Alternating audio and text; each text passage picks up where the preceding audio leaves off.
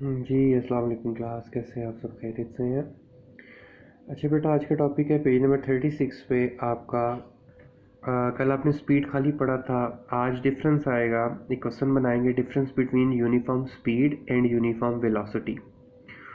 छोटा सा short question बना लें, difference between uniform speed and uniform velocity.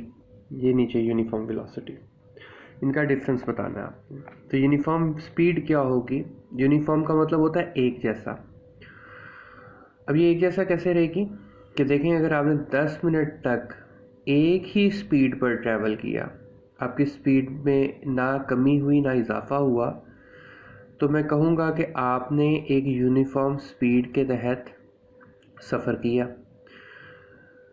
इसी तरीके से यूनिफॉर्म वेलोसिटी सिर्फ स्केलर और वेक्टर की वजह से फ़र्क आ जाएगा। बात सेम ही होगी कि अगर आप सेम वेलोसिटी के साथ सेम डायरेक्शन में 10 मिनट तक, 15 मिनट तक, 1 घंटे तक कोई भी टाइम ड्यूरेशन में सफ़र करते हैं, तो उतनी देर तक जब तक स्पीड में रद्दोबदल नहीं होगा, आपकी स्पीड यूनिफॉर्म रहेगी या आपकी वेलोसिटी यूनिफॉर्म रहेगी। तो बस यही बात है, इसको आपने डेफिनेशन की सूरत में लिख लेना है। सेंटर में लाइन लगाइएगा पेज के, पहले क्वेश्चन लिखेंगे ना कि difference between uniform speed and uniform velocity. फिर पेज के सेंटर में लाइन लगाइएगा, एक तरफ लिखिएगा यूनिफॉर्म स्पीड, दूसरी तरफ लिखिएगा यूनिफॉर्म वेलोसिटी। तो यूनिफॉर्म स्पीड के अंदर ये बात लिखनी है कि a body has a uniform speed if it covers equal distances in equal intervals of time, how ever short the interval में बी।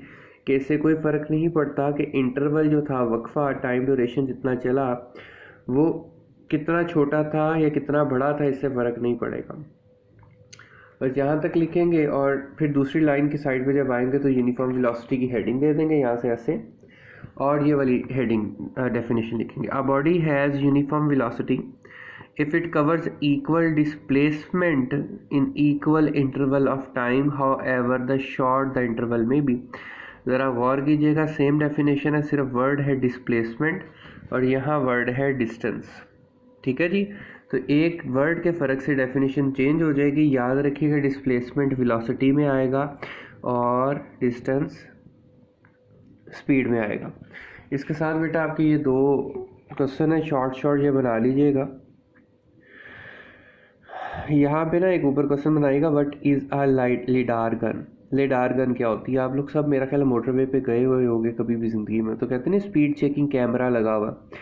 वो एक्चुअल स्पीड चेकिंग कैमरा जो है ना, वो लिडार गन होती है। इसको कहते हैं कि a lidar gun is light detection and ranking speed gun.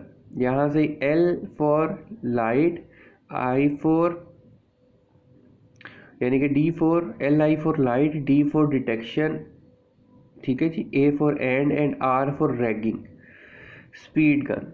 Ringing speed gun, it uses the time taken by the laser pulse to make a series of measurements of a vehicle distances from the gun. The data is then used to calculate the vehicle speed. क्या करता है ये laser pulse जो है वो उतने time duration की लेता है जिसके सामने से इसके जैसी कार गुजरने वाली होगी या गुजरेगी ना, तो इसके आगे जो सेंसर लगे होते हैं लेज़र के, उनके आगे ज़ाहिरी बात है जब आगे से कोई चीज़ गुजरेगी तो लेज़र के आगे कोई चीज़ आएगी। जितनी स्पीड से वो चीज़ गुजरती है उतनी देर के लिए लेज़र लाइट जो है वो बंद होती है, और उतनी ड्यूरेशन को, उतने टाइम को ये मापता है, और मापने के बाद जितना ट्रैवल उसने तय किया होता है उतनी सेकंड्स के अंदर, वो मेजर करने के बाद आपको उस कार की स्पीड बताता है कि कितनी स्पीड पर ये कार ट्रैवल करके गई है। ठीक है जी, तो इस तरीके से मोटरवे पर जो स्पीड कैमराज लगे होते हैं ना, वो बेसिकली लिडार गन्स होती हैं जो आपकी व्हीकल की स्पीड को मेजर करती हैं। किस तरीके से कि इनके अंदर एक लेज़र बीम होती है जो क्या करती है, जो कार की स्पीड को मेजर करने के लिए होती है। इसके बाद ये आते थे पैराट्रूपर्स पैराशूट पे आसमान से ज़मीन पर आने वाले इंसान को पैराट्रूपर कहते हैं। तो पैराट्रूपर क्या होता है? यहाँ पे क्वेश्चन बनाएंगे, how a paratrooper comes to the ground, यानी कि how a paratrooper comes to ground, how a paratrooper comes to ground. ये क्वेश्चन बना लोगे एक और शॉर्ट सा। तो कैसे बनाओगे, are paratrooper attains a uniform velocity called terminal velocity with which it comes to the ground. यानी कि एक जैसी वेलोसिटी रखता है जब तक कि ये ज़मीन पर नहीं आता। बहुत ज़्यादा स्पीड से अगर आ रहा होगा तो इसकी एक कंट्रोल नहीं रहेगी स्पीड में, और ये खुदा ना खास्ता इसको बहुत बुरी चोट भी लग सकती है। तो ये यूनिफॉर्म वेलोसिटी रखता है एक जैसी। जैसे ही ये सेटल डाउन करता है अपने आप को हवा में, हवा में कन्वेंशनल करंट्स होते हैं जो इंसान को या परिंदों को हवा में घूमने पर मजबूर कर देते हैं। तो वो एक टर्न अराउंड, एक 2-3 चक्कर गोल गोल लगाते हैं और इनमें कन्वेंशनल करंट बढ़ जाते हैं, और उसके बाद इनकी एक ख़ास वेलोसिटी बन जाती है।